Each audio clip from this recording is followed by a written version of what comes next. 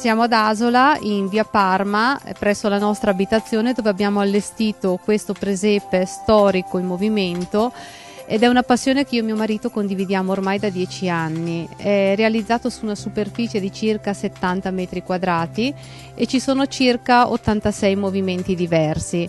Abbiamo trasformato nel corso degli anni il presepe da stile misto a stile storico, proprio perché lo stile palestinese ci piace molto.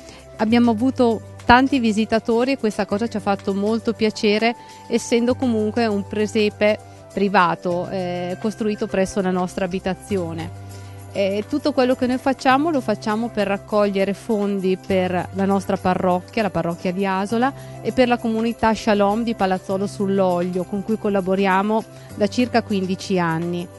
È un vero e proprio percorso che ricrea la storia dall'annuncio a Maria, dalla ricerca dell'alloggio, il censimento, l'annuncio ai pastori e la cosa più bella che è la natività e la nascita di Gesù.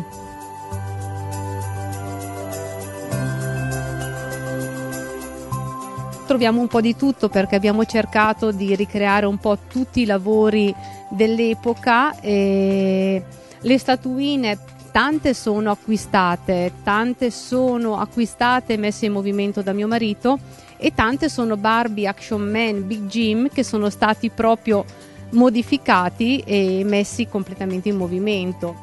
Le statue sono circa 85. Il lavoro è notevole, nel senso che noi partiamo normalmente a settembre a creare i nuovi movimenti che andranno ad arricchire ogni anno il presepe, e a metà novembre cominciamo a chiudere la struttura, che comunque è un gazebo aperto che chiudiamo e ampliamo proprio per costruire il presepe, e che poi verrà completamente smantellato, perché ogni anno il presepe viene rifatto nuovo, con un percorso diverso e con ovviamente movimenti e personaggi nuovi. Per chi non avesse ancora avuto l'occasione di visitare il presepe, sarà comunque aperto fino al 22 di gennaio, e durante i giorni feriali è aperto nel tardo pomeriggio, mentre nei giorni festivi è aperto sia la mattina che il pomeriggio, in qualsiasi orario, perché noi siamo comunque sempre a disposizione abitando qua.